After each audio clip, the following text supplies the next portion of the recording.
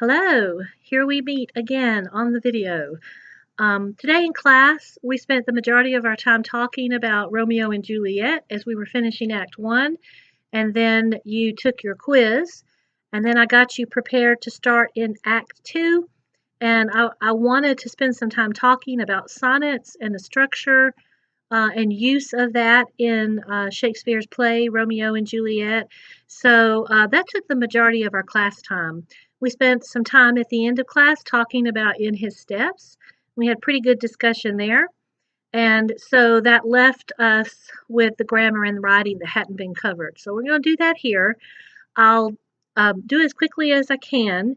I'll try to hold the video under 30 minutes. I'll be watching the time, and I'll do my best. So you need to get out your grammar book, a highlighter, and a pencil, and put it on pause if you need to go get those things, because you want to have them handy as we're talking. Some of you asked about why there were so many exercises, because you've got, starting with 2-6, I think you're going all the way through 2-12, something like that. Starting with 2-5, it looks like. And it's because we're doing this whole section together, the section called Kinds of Nouns, and it's not real difficult. This really shouldn't be new information. Most of this is going to be review for you, so it shouldn't be too hard. We'll go through it, I think, kind of quickly here on the video. And then the writing, I don't think will take too long. I gave you some handouts, so I want you to also have your handouts ready when we start talking about writing, so I can talk a little bit about those. So let's get started. Open your grammar book to page 30, and I'll try to keep facing forward. I know that you are able to hear me better if I'm facing the computer, so I've got my book here in front of me, and hopefully it's not going to mess up any of the keys. Let's look at page 30. You'll see at the top of the page, we're going to be talking about kinds of nouns in this section. The last section was forms of nouns, and those were plurals and possessives. And this time, we're going to be talking about different types of nouns. We're going to look at common and proper nouns, count and non-count. That's the only one that may be new to you, but it's not hard. We're going to look at collective nouns and compound nouns. So let's start with the kinds of nouns, and you'll get your highlighter. Here's mine. So get your highlighter at the top of the page. I want you to highlight common and proper nouns, because that's the first kind we're going to talk about. And then I want you to highlight the sentence that says, a common noun names a type of person, place, thing, or idea. A proper noun, keep highlighting, names a specific person, place, thing, or idea. And proper nouns are always capitalized. So they've given you some examples here where a common noun is girl, but a proper noun, the name of a girl, might be Maria. City is a common noun. It could be talking about any city, but when we say Paris, that's a proper noun, and it's capitalized, and so forth. So I want you to look down at exercise 2.5. Let's look at number 1. The directions say to label each italicized noun, C for common or P for proper. So I see what we're looking at is the word pets. The number of products sold for pets is incredible. Well, my first clue is it's a small letter in the front, and so that tells me right off, I think this is a common noun. So we're going to put a C in the blank. So look at number 3. Look for the italicized word. This time it's Aldo. Zach recently purchased Aldo a toy box. What do you think that is? If you said proper, you're right. It gives it away because it's a capital letter. So you put a P in the blank. So I think you get the idea of how those works. Now before we move forward, I do want to talk a little bit about diagramming a few of these sentences, because even though I'm not going to test you on it, it will continue to be in your bonuses. So I want to keep showing you so that you've been exposed to it. And I'd like for you to give it a try on one of the bonuses. Who knows, you may catch on to this if you keep working at it. So let's look at the first sentence. The number of products sold for pets is incredible.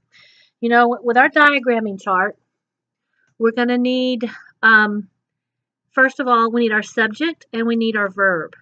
So when we look at the sentence, you want to know what is the sentence about. Now I'm going to give you a hint, and on your test, as I marked correct answers, this last test you had, you may have noticed I put parentheses around certain phrases. Anytime you see a prepositional phrase, none of those words in that prepositional phrase are going to be a part of the subject or the verb or the direct object or the indirect object or the predicate nominative or the predicate adjective. They're set aside because they're part of a prepositional phrase. So sometimes those words inside the prepositional phrase will confuse you. So one of the best things you can do to help yourself find subject and verb is to get the prepositional phrase out of the way first.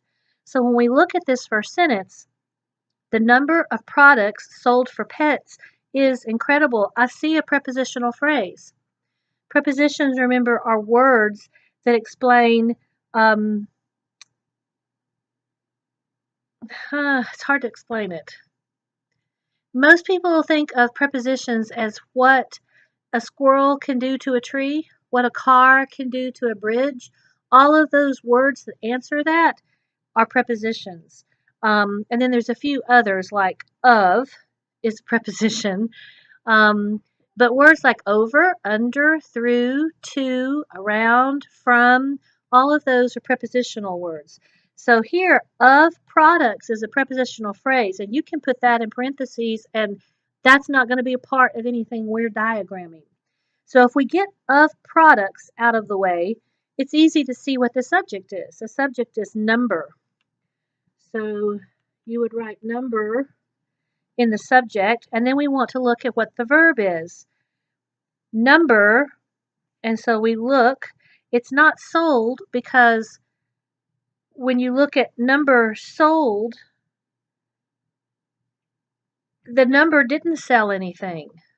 So that doesn't work. So if we keep looking, we can see the number is, and that does work. And is a linking verb. So that means that it's going to have a object, but it's not going to be a direct object. Remember, linking verbs are always going to have either a predicate noun or a predicate adjective. So here we have number is, and if we look, we see number is what? Number is incredible. Woo, I don't know if I'm going to be able to fit that on here. Number is incredible. So the last thing we need to do is figure out if incredible is a predicate noun or predicate adjective. Does incredible mean the same thing as number? Does it rename it or does it describe it? In this case, it describes it. So it's a predicate adjective. Number is incredible. All right, hopefully you have done that in the margin of your book. If not, put this on pause and do that now. Let's look at the next one. We're going to look at sentence 3. Zach recently purchased Aldo a toy box. So you want to ask yourself, who is this sentence about? And I don't see any prepositional phrases to mess us up. So this one should be pretty straightforward. The sentence is about Zach. That's your subject. What did Jack do? This one's a lot easier. Jack purchased. That's what he did. That's the verb. And then we want to look at what kind of verb is that, purchased. It's an action verb. So we have to decide if it's transitive or intransitive. So we ask the question, is there a direct object? Is there an answer to what? Zach purchased what? What did he purchase? He didn't purchase Aldo. Aldo's his dog. So he did not purchase Aldo. He purchased something for him. And it's not toy. He didn't purchase him a toy. If you look at the sentence, it says Zach recently purchased Aldo a toy box. He purchased a box. Toy just tells us what kind of box he purchased. So since we have a direct object, I know that this is going to be a transitive verb. Now we always want to check to see if there's an indirect object. Purchased a box for who or whom? In this case, that's easy. He purchased it for Aldo. And hopefully you've been filling yours in. And here is what it looks like when you're finished. Zach purchased box. Who did he purchase it for? Aldo. That's your indirect object. Okay, one more, and then we'll be done with diagramming. Sentence number 5. Zach finds new toys on websites. All right, first of all, I see a prepositional phrase. We want to go ahead and put parentheses around it and get it out of the way. Do you see it? The prepositional phrase is on websites. So put parentheses around it, and then you don't have to look at those words anymore. So now we're just going to focus on Zach finds new toys. So who is the sentence about? Who's the subject? Same one we've been talking about, Zach. That's our subject. What does Zach do? What's his action? Zach finds. That's the action. So we want to, and we know that's not a linking verb. It is an action verb, so I'm going to have a direct object. I think I'm going to set it up to get ready for that. You see I've got my short line. So we ask, what does Zach find? Zach finds what? He finds toys. Now, not new. Zach doesn't find new. Zach finds toys. New tells us what kind of toys he finds. But toys are what he finds. So since I have a direct object, this is a transitive verb. And we have a direct object. And then we check to see if there's an indirect object, an answer of for who or for whom. Zach finds toys for who? It's not there. So there is no indirect object. So your diagram looks like this. All right. And we're done with diagramming. Yay! All right, let's move on to page 31, where you're doing a little bit more practice. Central Park in New York City contains the statue of another dog made famous by a 1925 race to Nome.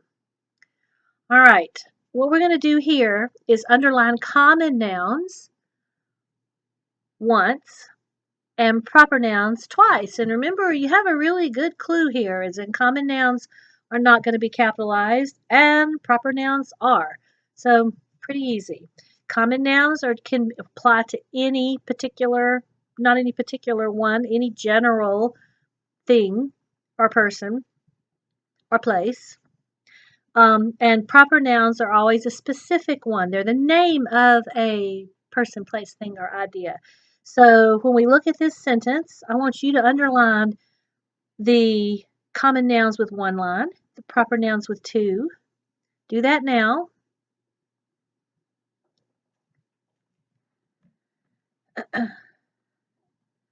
All right, you should have underlined one time statue, dog, and race. And you should have underlined Central Park, New York City, and Nome twice. Now this is because we're just doing common and proper, and our clue is if it's capitalized or not. I'm not going to go over any more of those with you. You're going to be doing the evens, and I don't think you'll have any problems with that. So let's move on to the next thing. This is the one that may be new to you. This is called count and non-count nouns. So maybe this will help you if you visualize a dollar bill, because there's a couple of different ways to describe a dollar bill, some of them using count nouns and some of them using non-count nouns. So get your highlighter and let's start highlighting. Highlight the title, count and non-count nouns, and then highlight the second sentence that says count nouns can be made plural, non-count nouns cannot be made plural. So that's one way to tell the difference between them. And another is count nouns you can put a number in front of, like 1, excuse me, 2, 3, any number. If you put a number in front of the count noun, it'll still make sense. But if you put a number in front of a non-count noun, it won't make sense in the sentence. A non-count noun, you need the word much or many. So down here where it says count, a penny, a few pennies, some pennies, those are count nouns because you could put a number in front of them. So in parentheses over here next to it, write can use with, and then pick a number, whatever number you like, 1, 2, 3, something simple, and put that in parentheses. Then where it says non-count, milk, some milk, plenty of milk, with these you can use the word much. So put that in parentheses. So I'll show you how I did it in my book. I'm going to hold it close to the camera.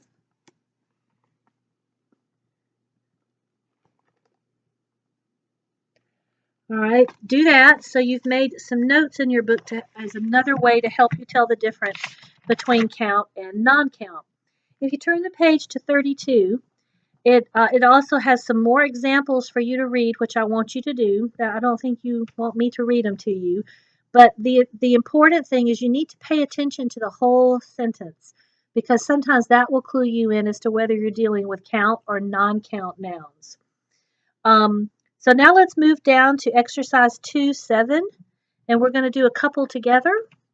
Look at number 1. It's asking us to either label the italicized noun either count or non-count. Remember, count, you can put a number in front of, like this $1 bill.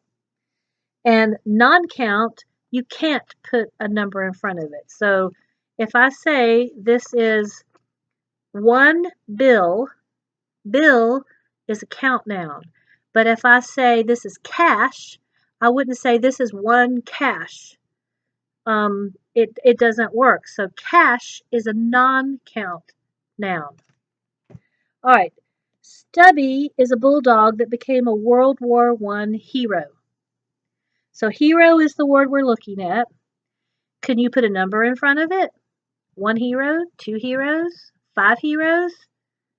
Yes. Would you put the word much or many in front of it? Much hero? That doesn't make sense. So this is a count noun, so you put the letter CO in front of it. Number 3. Stubby saved many soldiers' lives in the trenches of France and Belgium. Lives is the word, so could you put a number in front of it? 1 life? 5 lives? So numbers work, but much or many would not. Much lives? So many might, but much doesn't. So that, and a number does. So you have to kind of test a couple of different ways. But this one is a count noun also. Now I want us to skip over to number 7. Physicians were amazed at the therapy he provided the soldiers and noticed how quickly they recovered after a visit from Stubby. We're looking at the word therapy. Can we put a number in front of that? Physicians were amazed at the 1 therapy he provided, or they were amazed at the 10 therapy that he provided. Obviously, that doesn't make sense, but much therapy could. So this is a non-count noun, and you're going to put an N in front of it. Continue looking at 2-8. Here, it says to underline the count nouns once and the non-count nouns twice, but they only want you to look at common nouns. They don't want you to do the proper nouns. So don't pay attention to the words that are capitalized, just the words that are not capitalized. So we're going to just do a couple. A famous dog in American advertising is Nipper. All right, so we're looking for nouns. We're not going to do American or Nipper because they're proper nouns. So let's look at dog. Can you put a number in front of it? 1 dog? 5 dogs? 10 dogs? Yes. So that's going to be a count noun. Underline it 1 time. And then American we're not going to use. It's proper. Advertising is a noun. It's a thing. It almost kind of works with an idea. So advertising, can I put a number in front of it? 1 advertising, 10 advertisings? That doesn't work. So it is a non-count. I can put the word much in front of it. Much advertising. All right, number 3. First, remember, we're not going to look at the capital letter nouns, the proper nouns, just the common. The darkness of the painting dissatisfied Francis, so the painter went to the Gramophone Company Limited of London to borrow a bright brass horn for the phonograph. The first noun there is darkness. It's a condition, a thing. So darkness, can you put a number in front of it? 1 darkness, 10 darkness? No, that's a non-count. Painting, can you count them? 1 painting, 2 painting, 5 paintings? That's a count noun. Francis is a proper noun, so we're not looking at it. Painter, can you count them? 1 painter, 5 painters? It's a count noun. We're not doing the capitalized nouns, no proper nouns. So the next noun I see is horn. Can you count it? Hopefully you're putting the numbers in front of the word horn. Yes, it's a count noun. And the last one is phonograph. Can you count it? Can you put a number in front of it? And you can, so it's also a count noun. So you're going to do the evens on this page. And I'm keeping moving. I'm watching my time. I may end up going over 30. I'll try. These next 2 are both pretty quick. Collective nouns. Collective nouns are nouns that name a group. So use your highlighter, highlight collective nouns, highlight the first sentence. Nouns that name a group. And on your own, you need to read all of this, but I'm not going to read it all to you. With collective nouns, you're looking at words like team, okay? And because that is a group of people that is being all put together and used as a noun that names a lot of people that are all together. The thing you have to be careful with collective nouns is sometimes they're used in the singular as the whole group functions as one and does something together as one, and you need a verb that goes with a singular noun. Other times, a collective noun works as a plural, where each person in that group is doing something. They're all doing it. So then you have to have a verb that fits with more than one, with the plural. So you need to read your whole sentence to understand if you have a singular collective noun or a plural collective noun. So let's look at exercise 2.9. It says for each category, underline the one collective noun. So it's going to give you 3 choices, and you find the noun that's collective, that names a group. So if we look at sports, we have soccer, coach, team, and player. Which one names a group? Okay, the correct answer is team. That's what you should underline. Number 3, in government. Which one of these names a group? Senate, law, judge, courtroom. All right, Senate, that's a group of 50. Is that right? No, 100. 2 senators for each state. So that's a group of 100 in our government, and so that is your collective noun. Number 5, we're looking at birds. Which word is collective? Wing, flight, flock, nest. That answer is flock. That's a group of birds. If you look on down at 210, it says underline the collective noun and then label the noun singular or plural. This gets a little bit harder. Let's look at number 1. The community has recognized that stray dogs have become a problem. Which of those nouns talks about a group that functions together? Because you may be looking at dogs and say, ooh, that's lots. But in this case, the dogs are not functioning as a group. Each dog is doing its own thing. But the word community, this noun is functioning as a group, as a unit. So the community has recognized that stray dogs have become a problem. And then if you look at the verb has, you can figure out if this is being used as singular or plural if you change it to he or she, which would be for one, or they and them, which would be more than one. So if I change community to they has recognized, you can hear that's wrong. So that is not plural. If I change it to he has recognized, that makes sense. He is singular.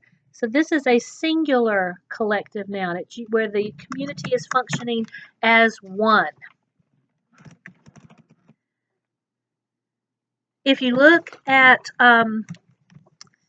page 35, we're going to look at number 9.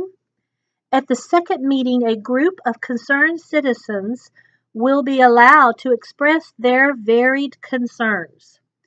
All right, so we want to find the collective noun, and you may think at first it's citizens, but remember the collective noun means that it's functioning together as a unit.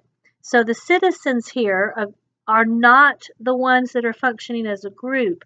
Instead, actually, it's that word, the word group. That's your collective noun. And then we have to try to decide if this is singular or plural. So what does the group do? A group of concerned citizens will be allowed. Will be allowed. So I'm going to try my little trick and put a singular there. He will be allowed. They will be allowed. I used my trick and it both worked. That means I got to keep reading. So I'm going to go back to he and keep reading. He will be allowed to express their various concerns. Do you see the problem? He and their don't match. So he doesn't work. That's not singular. So let's put a they. They will be allowed to express their various concerns. And now you see that they match. They and their. So in this case, the collective noun group is actually plural. And then the last thing, this one's real easy. These are compound nouns. And compound nouns are two words that are put together in a compound word. The example you see here is staircase. Or it's two words that are used together, but they're hyphenated in the middle. They're not joined as one word, like self-assessment. Or it's two words that stay separate, but they're always used together. Like in high school, they go together, but they're two separate words. So use your highlighter, highlight compound nouns, highlight the first sentence. Compound nouns are formed by combining two or more words, and highlight the last sentence. Compound nouns can be written as one word, one hyphenated word, or two words.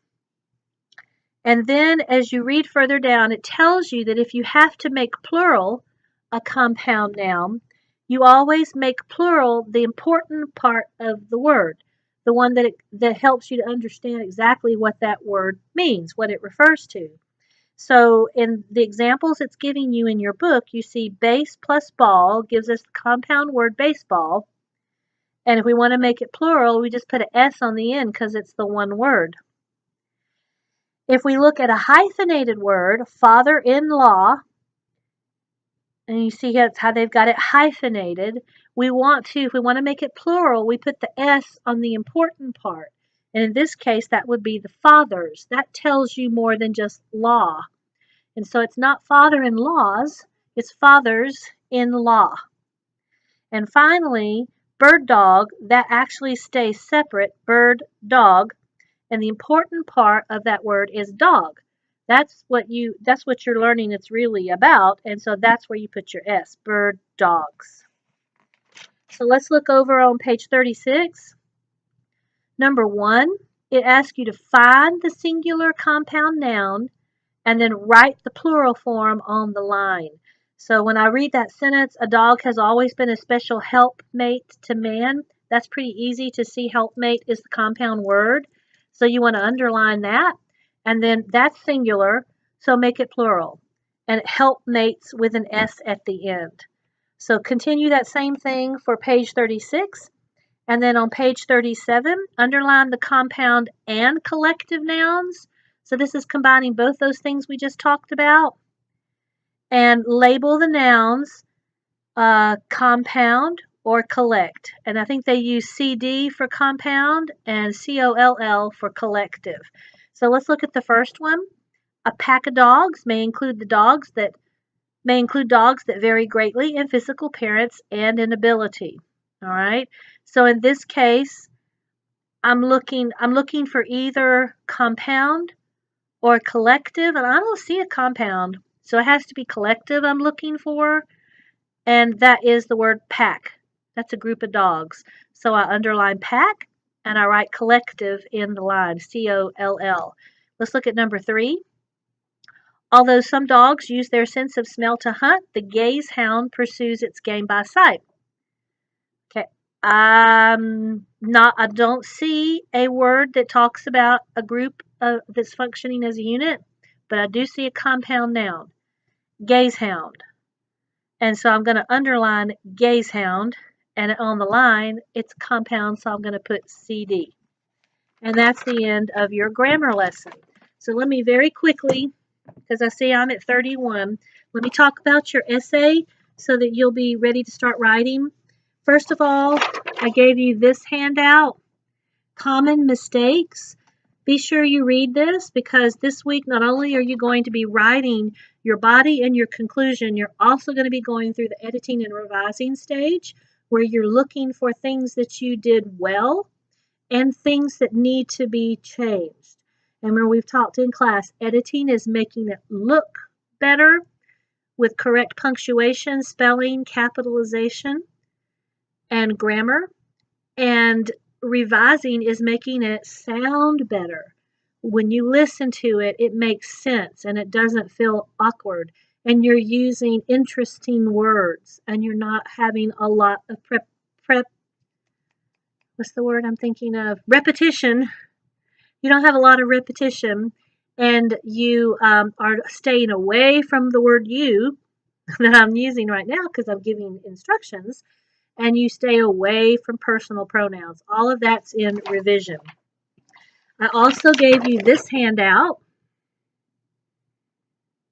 called 2 examples of concluding paragraphs, and I'm not going to read them to you because I know you can do that. Read both of these to hear how a concluding paragraph should sound. You haven't read the whole paper, but just by reading the conclusion, you should have an idea of what this paper would have been about. And then at the bottom of that, I have 5 pointers for when you write your conclusion that you can use to help you write the best conclusion possible. Use transition words, which you'll see in my examples. Restate the main points. That's how come when you read these 2 examples, you'll have an idea of what the paper was about. Include the thesis again, just like you did in the introduction, except here in the closing you reword it so that it sounds a little different. Finish strong. You don't want to just kind of peter off. You want to have a good sentence at the end, and that sentence needs to feel like you're closing the door on the paper. Needs to feel like you said the end, even though we don't ever do that in a formal essay. So if you need more help with concluding paragraphs, go to Google and just type in examples of concluding paragraphs and look at some of the examples to give you an idea of how your concluding paragraph could sound. You'll see in the first one, I was writing about a poem. So I use a quote from the poem at the end of the paragraph to finish strongly. And then in the second one, you'll see that I have a quote in the conclusion, but it's not at the end. At the very end, I just kind of make a statement that that closes out the paragraph. So read those carefully. And then finally, this one's very important. We're easing into MLA format. I'm not making you do it all at one time, but this essay, we're going to follow these guidelines. The next essay, I'm going to add something else until we're pretty much writing an MLA format by the end of this semester. So what I want you to do in this essay is use 1-inch margins when you type it. No, I don't want you to turn in anything handwritten. Type your essay.